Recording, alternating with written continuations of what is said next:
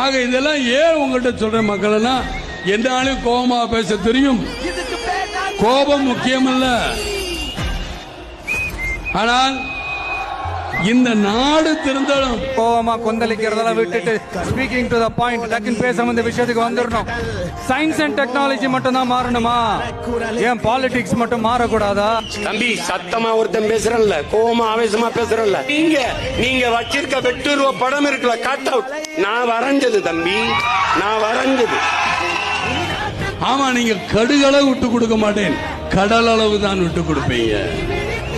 தாக்கி பேசுறது, மரியாதை இல்லாம பேசுறது, தரை குறைவா தகாத வார்த்தைகள்லாம் யூஸ் பண்ணி பேசு, அதுக்கெல்லாம் நாங்க இங்க வரவே இல்லை இருக்கிறோம்.